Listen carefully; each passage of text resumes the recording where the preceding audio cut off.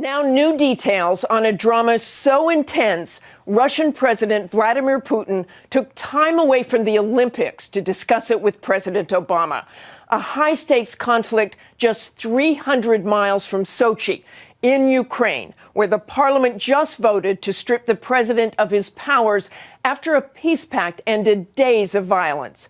It's a tug-of-war between Vladimir Putin and the West, so critical because of Ukraine's key location. Take a look. It's a country torn between East and West, with opposition protesters looking towards the values of Europe on one side, while supporters of the Ukrainian president point to Putin's Russia. ABC's Hamish Macdonald is on the ground in Ukraine's capital and joins us now with the very latest. Hamish? Martha, the ousted president, Viktor Yanukovych, is calling this whole process a coup, and then just hours later was prevented from leaving the country on a helicopter. Take a look at these pictures. They're being broadcast on local independent television. They claim it is security footage of him trying to escape, but they can't independently verify that it is in fact him. In the meantime, the parliament is trying to assert its own authority, appointing an acting president, the Speaker of the Parliament, as well as that, releasing the arch-rival of Yanukovych, Yulia Tymoshenko, the former Prime Minister. She's been in prison. She has back problems now and is in a wheelchair. As a power vacuum opens up, the sworn rival, Yulia Tymoshenko, enters centre stage. She began the day a prisoner and ends it a key player in this country's future. Tymoshenko is not universally admired here, but they shout approval when she vows justice for the ousted president. A swift session of Parliament agreed to release the former Prime Minister, leaving her daughter in tears. They voted too to impeach the president and hold fresh elections in May. Outside, protesters are in control, guarding all key government buildings and roaming the abandoned presidential retreat. It's thought to have cost some $500 million. I can't believe that such place can exist in Ukraine. The average person here earns less than $15 a day, and the country has huge debts. So this zoo, the cars, are unthinkable. They now hope the next leaders will be more honest. They may be more intellectual. It's very easy to be more intellectual than Yanukovych, yes, but are they corrupt? Are they clean? We don't have clean politicians, especially in the parliament. Andrei Kurkov is Ukraine's best-loved author. He's already writing about this latest bloody chapter in the country's history. Why was it worth killing people to keep power? It means he didn't consider people in the streets his people. They were the enemies. There is much at stake here for world powers.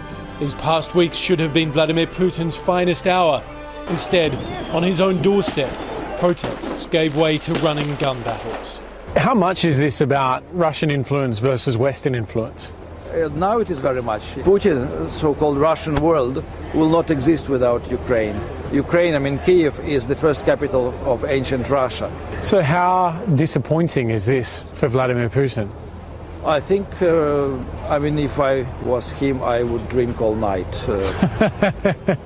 Toppling Lenin statues are evidence of long-held desire for distance from Moscow's influence. But in the Russian-speaking East, those bonds remain tight. In this deeply divided nation, the biggest challenge may just be remaining united. Martha, quite apart from who wins the battle for international influence here, whoever emerges as the next leader has the challenge of trying to keep this country united, prevent it splintering into 2, possibly 3 different countries. And perhaps crucial to doing that will be dealing with immediately the debt crisis that Ukraine is now in. Thanks so much, Hamish. Let's dig into this now with our experts. Tom Friedman is a foreign affairs columnist for the New York Times and author of From Beirut to Jerusalem. And we also welcome back our ABC News contributor, Bill Kristol, who is also editor of the Weekly Standard. Welcome, gentlemen. And Tom Friedman, I want to start with you. You have Ukraine's president who has virtually vanished.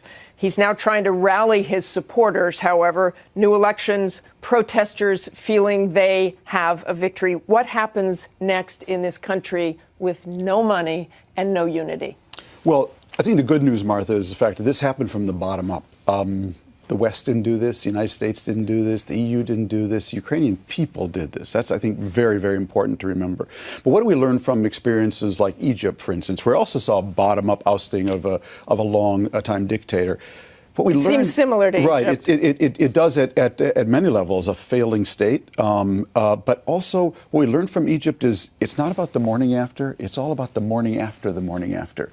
The morning after, everyone celebrates getting rid of the leader everyone hated. But what you discovered in Egypt was actually there was a huge diversity of opinion of where to go next, what they wanted to be free to do. And I think we're going to face the same challenge here in Ukraine. The second big challenge is this, like Egypt, is an economically desperate state. And when you win Ukraine, you win a bill. Bill Kristol, bottom up. Is that a good path? What happens now in your eye? Look, 10 years ago, there was the Orange Revolution in Ukraine. I mean, it was the first color revolution. It inspired other efforts around the world, in Lebanon, and ultimately perhaps even in Tehran and Damascus. So all honor to the people of Ukraine for having that first revolution unfortunately slipped away. I think that's partly our fault, incidentally, and the West Europeans' fault. We didn't do as much as we could have to help the newly democratic Ukraine. It was very corrupt. The oligarchs facilitated the corruption. Putin did not help at all. And so we ended up where we were. And now the people of Ukraine have done it again. And now I do think it's bottom up, which is great. I totally agree with Tom on this. George Washington, whose birthday it was yesterday, said, "Liberty, when it begins to take root, is a plant of rapid growth." And I think liberty is a plant of stronger growth than people sometimes like us in the West think. You know, once that spark is there, people remember it and they want it back, but we now need to help them. We can't avoid Russia's role here, as you mentioned. What Russia does next is so key. Here is what President Obama said about that this week. Our approach as the United States is not to see these as some Cold War chessboard in which we're in competition with Russia. Our goal is to make sure that the people of Ukraine are able to make decisions for themselves about their future. Of course, Yanukovych was democratically elected, but is this a new version of a kind of a Cold War here? Well, I don't think this is the Cold War, Martha. The Cold War is a very specific thing, two nuclear armed powers and competing ideologies truly playing on a global chessboard. I would argue the world is really divided up into three kinds of states right now. My co-author, Michael Mandelbaum, and I've been talking about this. One is countries that are focused on having a powerful state. That's Russia. And if you got oil, that's Iran, that's North Korea. If you got nukes, you can just focus on having a powerful state and playing your geopolitical games in your neighborhood. Second are states focused on having a prosperous people. That's the European Union. That's the world that many Ukrainians want to join, clearly. And third are states who are fighting over something very primal. Who are we? What are we? That's Syria. Who owns which olive tree? And in many ways, Ukraine is all three. You have, part of it, Russia competing for wanting to pull it into its powerful state sphere, funded by oil. You have Ukrainians wanting to be part of the world of globalization, the IT revolution, economic growth and opportunity. And you have a state that still isn't sure about its identity in a post-Soviet, post-Cold War world. But Russia is in danger of losing a key ally here. Is there any danger that Russia does intervene, that they might even send in troops as they did in Georgia? Well, they certainly have intervened in all kinds of ways in Ukraine in the last few months and years, but they could do even more so. Look, it's nice for President Obama to say it's not a Cold War chessboard. I don't know why he says that with some disdain. That was not an ignoble thing for us to play on that chessboard for 45 years. We ended up winning that Cold War.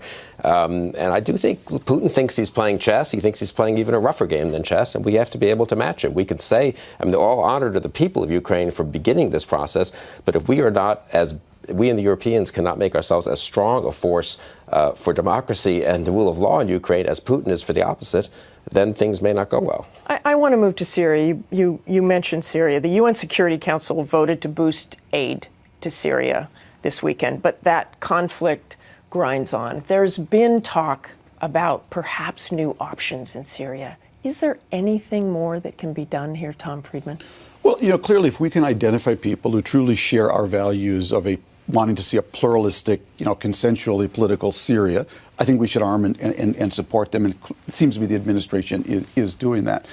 But I'd ask you, Martha, can you name the head of the Syrian opposition? I knew you were going to ask me that. Right. Can anyone? Yeah, I mean, and I can name several. And what their agenda is. And this is I actually can't, and that's really one of the problems, that I think a lot of people in Syria, sometimes the news is in the noise and sometimes the news is in the silence. And the fact that so many people are still clinging to Assad has to do with the fact that they do not see an opposition right now that has the will, ability, and maybe even the ideology to build a pluralistic Syria on the ground that, say, the Christians who are still clinging to Assad and the Alawites, would feel confidence in.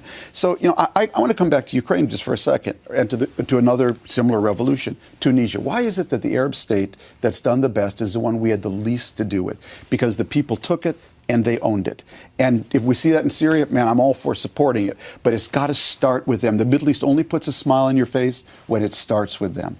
Iran did not intervene in Tunisia, and you need to support your friends when your enemies are being supported by outside powers, which I think is the case in both Ukraine and Syria. Syria was also a bottom-up revolution, a peaceful revolution, a pro-Western revolution to an amazing degree back in 2011, and we did nothing. So Bill Kristol, step back for a moment here quickly and look at what Barack Obama's foreign policy legacy is up to this point with Syria, with Ukraine, with Libya, with Iraq, with Afghanistan. With Iran. People around the world, I think, want liberty to an amazing degree. We've done very little to help them. Okay. Thanks to both of you.